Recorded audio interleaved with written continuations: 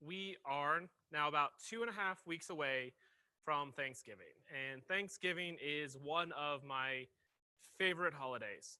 I love to gather around the table with my family and just eat the most amazing food. Thanksgiving food is my favorite type of food. My mom will start preparing days in advance. She brines the turkey and she gets all her side dishes prepared. Classics like mashed potatoes and stuffing. She'll make sweet potatoes that are actually good, a corn casserole that she just started making more recently that my brother and sister really like, and anything you could possibly want. And then she makes enough of all that food for like 5 Thanksgivings, and then is still worried that we haven't all eaten enough, even after we've had thirds and fourths and are laying out on the ground just trying to stretch out. Now, one year while I was in college, I wasn't planning on going home for Thanksgiving. This would have been the first time that I wasn't in Colorado with my family for the holiday.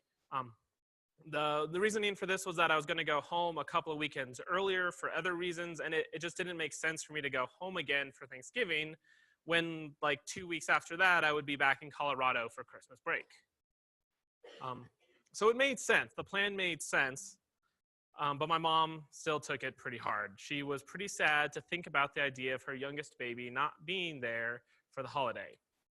So my dad, the disciplined, hard-lined money manager of the family, who is secretly a big ball of mush on the inside, decided to fly me home as a surprise for my mom. Okay, my dad's gooey center isn't really that big of a secret. But now to keep up the surprise, my dad had to put a lot of work into it. As I said, my mom puts a lot of preparation into Thanksgiving, and she is incredibly hospitable. If I had invited a friend to Thanksgiving, she'd want to know what was his favorite side dish and what was his favorite drink, so that she could have it there for him. Now, can you imagine her horror if she was caught unprepared for her youngest child of all people? What if she only made 4 times as much food as she needed instead of 5? What if she didn't make mashed potatoes? Side note, apparently I'm the only person in my family who considers mashed potatoes an essential Thanksgiving food. So everyone else apparently could do without them, so my mom wasn't going to make mashed potatoes. Now, obviously, we would have had plenty of food, and I would have survived without mashed potatoes. But my mom may not have if she didn't have every possible need of her family prepared and planned for. So my dad had to, cover this. He had to suddenly claim that he too required mashed potatoes for Thanksgiving, which is a hard thing to do when they'd been married for over 30 years. Like, suddenly he loves mashed potatoes. And then they had to make up an extra guest to fill the space. So my sister, Stephanie, she made up a guest. She claimed that her friend Mandy needed a place to go for Thanksgiving. So of course, my mom welcomed her to the feast. But then Mandy actually needed a place to go for Thanksgiving. So Stephanie had to claim a second friend needed a place to go for Thanksgiving, one that she was certain had already bought a plane ticket out of town. And none of this fazed my mom. You want mashed potatoes? Sure, she'll mash up 100 potatoes. Your friend needs a place to go for Thanksgiving? Wait, your 2 friends need a place to go? Bring them. I mean, nothing makes my mom sadder than to think of someone not having a home on Thanksgiving. There's always room for one more at my mom's table. Now, last week, Dave introduced our new series, The Table, about reclaiming the table from being a place to mindlessly scarf down food and consume calories, to be a place of connection and community again. To reclaim the table into a place where God brings forth purpose and life into us and the people in our lives. We are exploring how we can intentionally use our time sitting around the table to build the kind of community that God has designed us to be in, reflecting the model of the early church from Acts 2. They worshiped together at the temple each day, met in homes for the Lord's Supper, and shared their meals with great joy and generosity, all while praising God and enjoying the goodwill of the people. They had meals together, and they built community together. And we too can reclaim the table as a place of blessing, belonging, and giving. But as we gather around the table, there's a temptation to fill every seat with just our friends, everyone who's already in our community. We may be sharing meals with great joy and generosity, praising God and enjoying one another's goodwill as the church in Acts did. But if we aren't careful, we leave no open seats. When we don't include seats for the outsiders of our community, the table becomes a place of exclusion. The Mean Girls clip that we watched earlier shows how divided and exclusive the tables in a high school cafeteria can be. There's a table for each clique, and there isn't room for outsiders. I imagine most of us can remember a similar experience happening in our high school cafeterias. The cool kids, the band geeks, the drama nerds, regular nerds, or whatever cliques you may have had, all had their own table. And the table can be used for even greater exclusion, going all the way back to Genesis, as Joseph, the second command of all of Egypt, shared a meal with his brothers and Egyptians. The waiter served Joseph at his own table, and his brothers were served at a separate table. The Egyptians who ate with Joseph sat at their own table because Egyptians despise Hebrews and refused to eat with them. The Egyptians would not eat with Joseph, even though he was the most powerful man in the country behind only Pharaoh, because he is a Hebrew, like his brothers. He was not like them, so there was no space for him at their table. And this segregation of the table is something that's continued well into our own recent history here in America as well. Now, while we may have never experienced such an extreme example of being excluded from a table and from a community, we all know the feelings of being an outsider. We may have been the new kid at school where it felt like everybody already had their own friends and their own groups, and we just didn't think we'd find our own place to belong. Or we've been the new person in the office that already has its own culture that we just can't figure out. Or we've been the guest of a friend at a party where we don't know anyone. Maybe we've moved to a new place that is different or unfamiliar, and we don't know anyone. We don't even know where to start. We've all been on the outside looking for a place at the table, and maybe you're visiting here today and still not sure if there's an open place for you. But we all know the feeling of looking for an open seat and only finding full tables. A full table is not what the image of the church should be. Yet if we are not careful or intentional, that's exactly where we may end up. What does our table look like? Is it full of only us and our friends and our community? Or is there room at our table? Do we have space for the outsider? The Church of Acts 2 shows us what can happen if we do.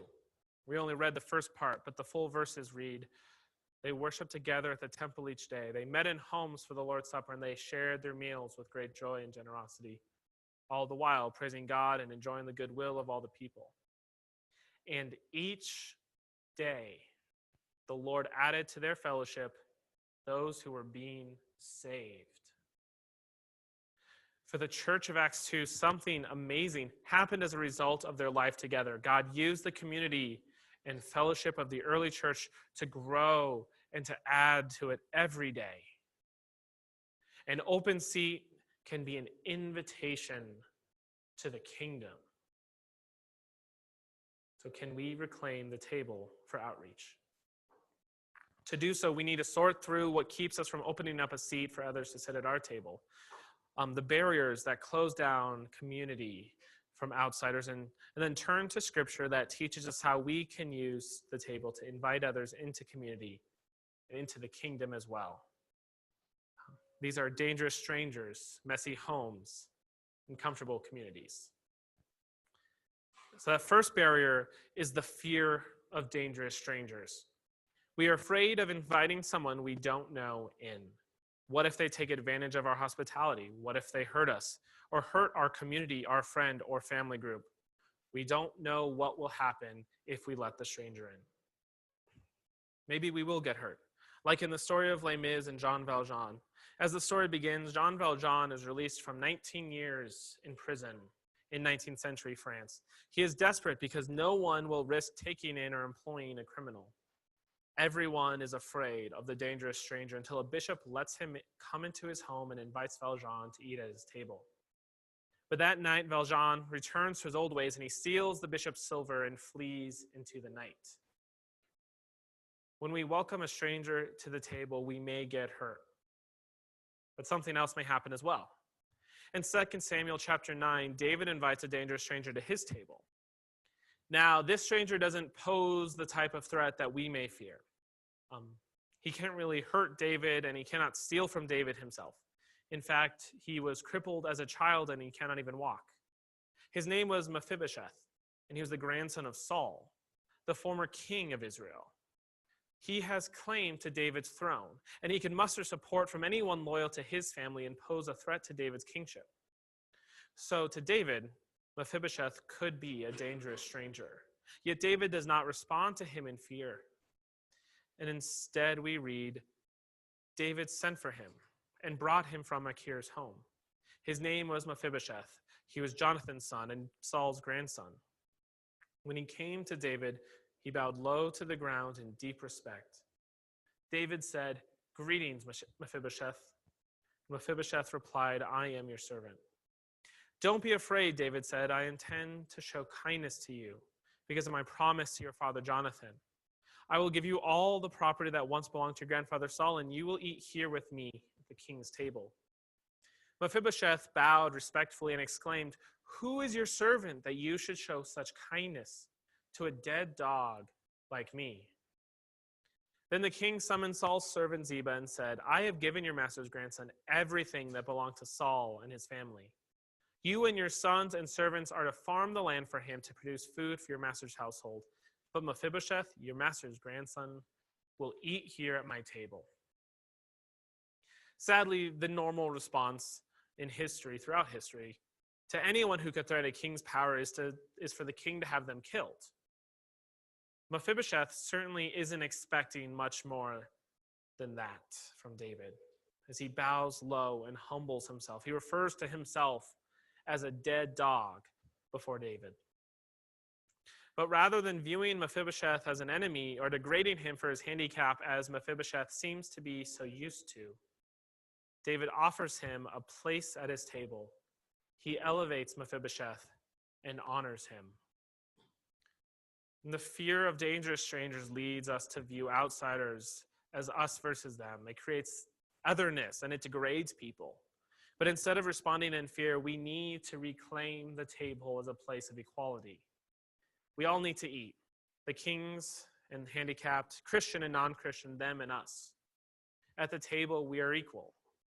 An open seat at the table is an opportunity to uplift and to bring different people together. And the table can help us come together in a way that is safer for everyone. There is wisdom to being cautious with strangers and inviting them to our own home, as David did, may be unsafe for us. And they may be afraid that we are the dangerous stranger inviting them to a place that they don't know, just as Mephibosheth was afraid of David. But as we reclaim the table as a place of equality that brings people together, the table can be a threshold place. Threshold places are settings that are bridges between private and public space, communal or public places where we can discern truthfulness and intentions more easily. Meeting someone for lunch at a restaurant or coffee at a cafe is an easier, low-stakes way to start to get to know someone. And just that invitation shows care and value to them. The table bridges the gap between strangers and it puts us on equal ground. It can be the first invitation that leads to a dangerous stranger becoming a part of the community. And as for the story of Jean Valjean, I would be remiss to just leave it as a warning of the danger of strangers. Because after Jean Valjean robs the bishop, he is captured by the police and he is brought back. But instead of sending Valjean back to prison, the bishop corroborates Valjean's story that he gave Valjean the stolen silver. And then he takes the silver candlesticks from his table, which are worth more than everything that Valjean had stolen. And the bishop gives those candlesticks to Valjean as well. With this one act of beautiful grace and mercy, the bishop tells Valjean that I am ransoming your soul for God. This act uplifts Valjean and gives him a new opportunity, which he takes to build a new life. He becomes a mayor and a wealthy business owner, and he dedicates his resources to serving in loving others. In an act not too dissimilar from King David's, he brings the daughter of one of his employees who was unjustly fired and died soon after into his home and seats her at his table. I saw Les Mis performed a few months ago, and the story of life-changing grace was so beautiful. I saw the gospel presented on the stage of Centennial Hall, and it made me sob. In one of the final lines, the characters sing, "To love another person is to see the face of God." Our second barrier is that we are worried of exposing our messy homes. Growing up, I remember the deep clean of the house that my mom made us do every time guests were coming over. I'd have to dust. I hate dusting. I really do not want to dust. And it bothered me that we had to make the house cleaner for other people than we kept it for ourselves. We spend more time here than they do. I mean, am I alone? Was I the only one frustrated by this? And who else here had the thought, well, when I grow up, I'm not going to clean my house for guests, and I'm not going to expect others to clean it for me. We'll change this broken system. Yet, every week on Thursday, Megan and I spend a couple of hours cleaning our house before people come over for our small group, lest any of them see our home in the messy state that it has been in for the other 6 days of the week. There's something about a messy home, even if it's honest, that we don't want people to see. And this isn't just about our actual homes, but our lives. If we invite people into our lives, they'll see past the facade to the mess of who we really are. It's one thing to get lunch with a dangerous stranger, but it's another thing to let them see the mess.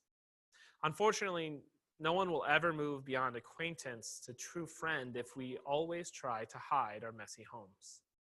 Professor and author Christine Pohl writes, "We often worry about appearances, and we work hard to project a particular image. If we work or wait until everything is perfect, we'll rarely offer welcome, and when we do, we're likely to be exhausted." Keeping up appearances is exhausting, and it prevents us from ever being with other people. We can clean our homes and we can put up a particular image, but there's always going to be a little mess. There's always going to be more cleaning to do or some part of our messy life leaking through. We cannot let someone in if we are afraid of letting them see the truth. We find the two sides of this in a scene in the Gospel of Luke. As Jesus and the disciples continued on their way to Jerusalem, they came to a certain village where a woman named Martha welcomed him into her home. Her sister Mary sat at the Lord's feet, listening to what he taught. But Martha was distracted by the big dinner she was preparing.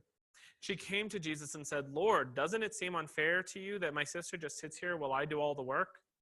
Tell her to come and help me."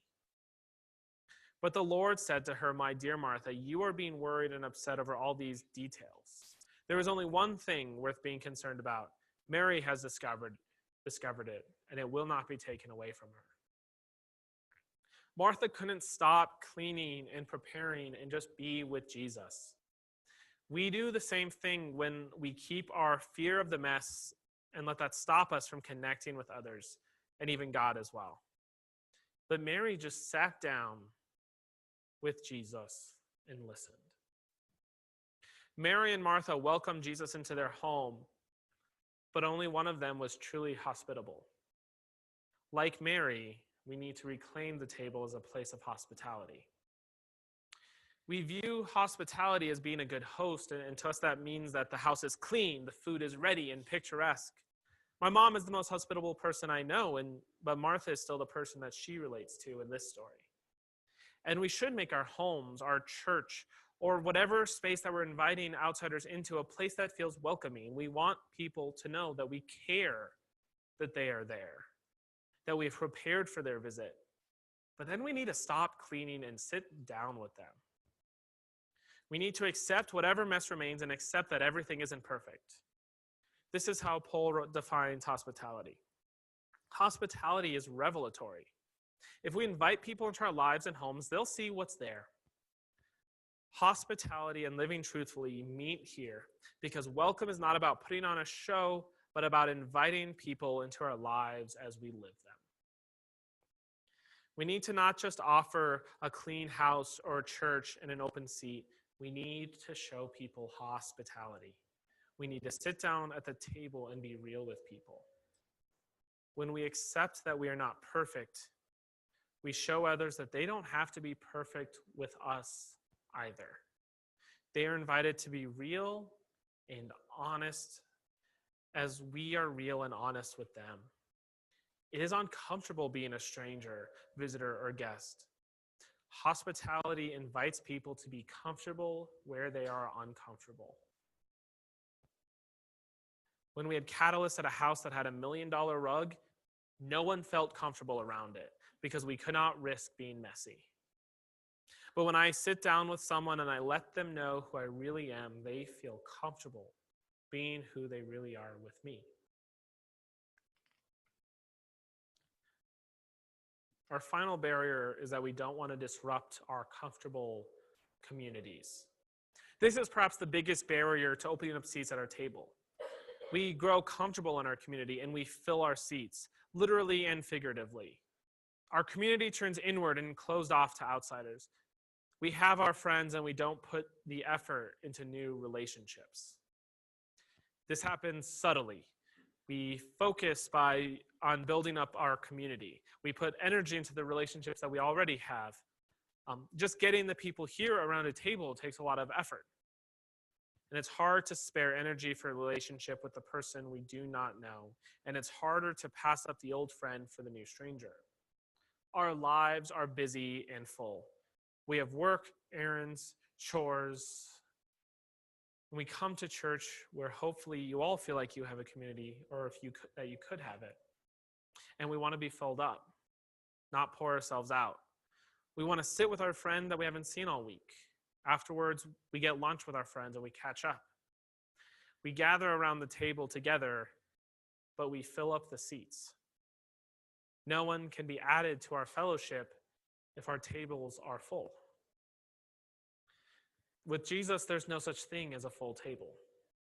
Jesus was always ready to invite someone new into his community, no matter who they are, such as when he encountered the tax collector Zacchaeus.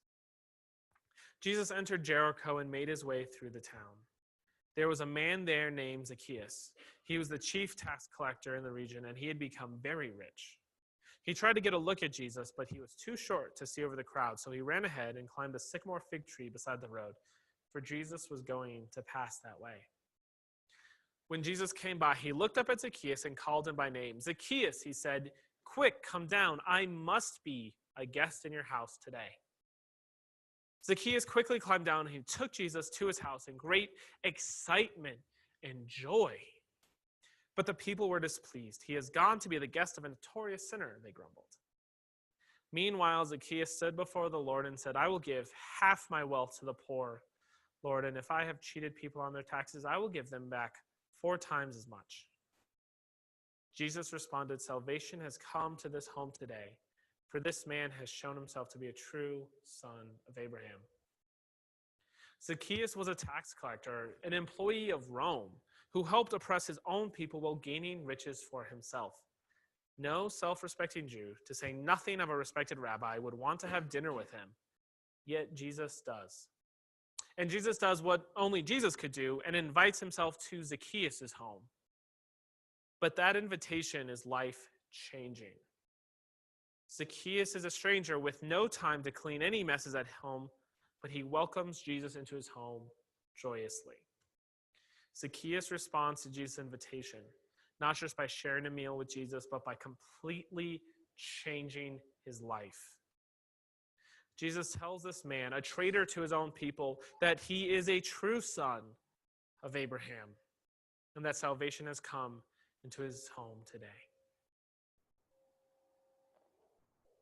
When our community gets too comfortable, our church becomes nothing more than a holy clique, an insular and self-absorbed Christian country club, as Pastor Todd Bolzinger writes in his book, It Takes a Church to Raise a Christian.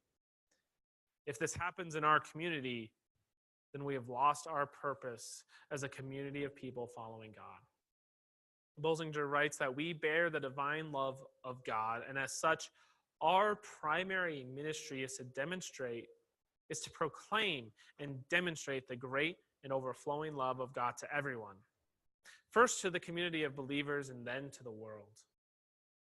If we are to be followers of Jesus, we must reclaim the table as a place of invitation.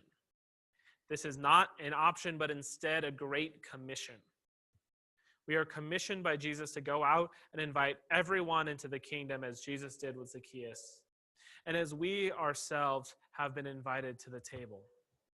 Last week, Dave shared the story of Matthew, which is very similar to the story of Zacchaeus, but in this story, we are reminded of how we should respond to our invitation. As Jesus was walking along, he saw a man named Matthew sitting at his tax collector's booth. "Follow me and be my disciple," Jesus said to him. So Matthew got up and followed him. Later, Matthew invited Jesus and his disciples to his home as dinner guests, along with many tax collectors and other disreputable sinners. Jesus invites us to the table, and we respond by inviting others, who can in turn invite others. It can be uncomfortable, and our community may be disrupted, and it may change. I've been here in Tucson and a part of Damascus Road for 9 years. And this community has grown and changed and has been reshaped in so many ways, as friends left and moved away and as strangers came in and joined us. The culture of our community has changed. At one point, we had to plan our fall retreat around the Arizona football schedule. Now we have more people gathering for Dungeons and Dragons on a Saturday night than sitting in the Zona Zoo. Not that there is anything wrong with either thing.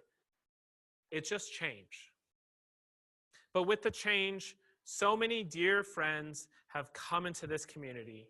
Many children have been dedicated to Christ, and new believers have been baptized into the family of God as God works in and through our community. We all need to remember that we were new once, that we were invited in. And then we reclaim the table as a place of invitation, inviting others, taking the risk of disrupting our community and feeling uncomfortable as new people enter and influence our culture and relationships, because we all were invited to the table first. Now this week, there's a few things that we can do to start reclaiming the table for outreach. The first is check your clique. Ask yourself, are you open to outsiders entering into your group? Are you willing to begin new relationships? Then evaluate us, our community. Is Damascus Road open to outsiders? Does something need to change here so that people feel welcomed? What can you do? What can each of us do to change that and to be more welcoming ourselves? And the next is use the table for outreach. Assuming you eat 3 meals a day, unless you skip breakfast, we have 21 meals a week. Use those. Let's challenge ourselves to share at least 1 meal this week with someone that we've never eaten with before. That's 1 out of 20. That's, less than 5%. Sit with someone, maybe we can sit with someone eating alone in the union or at the break room at work. Ask them if you can eat with them. Be present with them and get to know them. If you have some friends, classmates or coworkers that you've been thinking about inviting into our community, well, then we actually literally have a few chances this month where we're going to gather around tables for food in community. And you can invite people into those. We want to hope and use these opportunities to make using the table for community and outreach a little easier. Tonight, this very night, we're having an all-church dinner. People are bringing all sorts of delicious dishes as we share our favorite foods with one another. Dave's going to bring delicious buffalo chicken dip. Sarah's bringing gluten-free cookies. So thoughtful of her to think of our gluten-intolerant friends. Andrew's bringing his cousin, and his cousin's bringing brisket and homemade barbecue sauce. Hopefully he is now that I've said that. All of you, I've put all of you on, now you're all accountable to that. So my bad if any of you are having second thoughts. But any of us, we can all invite, if you have someone, invite them, and then they can just come. People don't have to bring stuff. Just invite them to come to dinner and sit at the table. Ben and Preeti have opened up their home for us, and they've invited us in. It'll be fun, it'll be relaxed, and a safer, more comfortable way for you to introduce someone new to our community. And if that's a little short notice, I get it. I'm telling you this, 5-6 hours in advance. We have another event coming up in a few weeks, an outreach event called the Tucson Job. We're going to get dressed up.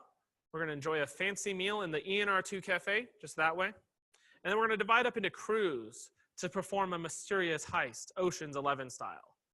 And it'll be a fun game and a pretty unique opportunity. This will be the only chance any of us here get to play a game like this. And we'll be here in ENR2, which may feel more comfortable for someone outside of our community than a person's house. And it's a great opportunity to introduce someone to your church community who may not be ready yet to attend a Sunday morning service. So take the step and invite someone new to the table. And the Church of Acts 2 created space at the table, and God added to their fellowship those who are being saved every day. God desires desperately for everyone to sit at the table in communion with Christ and one another. When even one new person comes to the table, God reclaims the table as a place of celebration, and we can celebrate with God. In Luke 15, Jesus tells 3 stories of the celebration that follows the lost being found. A shepherd leaves 99 sheep to find the one that wandered off. When he finds it, he will call together his friends and neighbors, saying, "Rejoice with me, because I have found my lost sheep." A woman has 10 coins, but she loses one. She searches the whole house, and when she finds it, she will call on her friends and neighbors and say, "Rejoice with me, because I have found my lost coin." A rich man's son demands his inheritance now while his father still lives. The son leaves home, spends his newfound wealth on partying and living large. He spends it all just as a great famine spreads throughout the land. He is desperate and decides to return home to his father and beg to be his father's servant. So he returned home to his father, and while he was still a long way off, his father saw him coming. Filled with love and compassion, he ran to his son, embraced him, and kissed him. His son said to him, "Father, I have sinned against both heaven and you. I am no longer worthy of being called your son." But his father said to the servants, "Quick, bring the finest robe in the house and put it on him. Get a ring for his finger and sandals for his feet, and kill the calf that we have been fattening. We must celebrate with a feast, for the son of mine was dead and now has returned to life. He was lost, but now he is found." And so the party began. The son returns home, and the table becomes a place of celebration. That scene is beautiful. But I don't want you to just imagine it. I want you to see it. When my dad surprised my mom by flying me home for Thanksgiving, he took a video of my mom's reaction when I unexpectedly walked in. And I want to share that with all of you. I imagine the father's response to his prodigal son's return home looks something like this. I only got a 5. Sure, it's a lot. Definitely not a lot. But a 5? Hi! Definitely on mine. And I'm so close to the end. Ramon, since America first saw you weigh in 10 weeks ago, you've lost 87 pounds. You lost 5 pounds this week, Ramon, for a total percentage of weight loss of 1. Angela, the 2 players you guys do this? Merry Christmas. Ramon, with just 1 player left to weigh in. When did you guys come up with this? It comes down to About a month and a half ago. Dad did. When you told Dad that Dad in that movie would pay to bring his son home. What movie was that? I don't even know. I had no idea. Yay! I had no idea. You're such good liars. What was I saying that you lied? You had to make up people coming to visit and coming for dinner. Like who? Tina? Tina's not coming. My mom was very, very happy. I may not have run off and spent my family's money on wild living, But that's the response of a parent whose child has come home unexpectedly. And imagine how much greater God's reaction is whenever one of God's children comes back to the table. That's why God calls us to reclaim the table as a place of equality, elevating and uplifting the stranger by sharing a meal or coffee with them, reminding ourselves that it's not in us versus them, but that we are all broken, looking for healing only God can provide. It's why we reclaim the table as a place of hospitality, making the guests feel welcomed and comfortable in our mutual messiness. It's why Jesus commissions us to reclaim the table as a place of invitation, inviting others just as we were first invited to the table. When someone comes and sits at the open seat of the table of God, when the lost is found and the prodigal child returns home, that is something worth celebrating.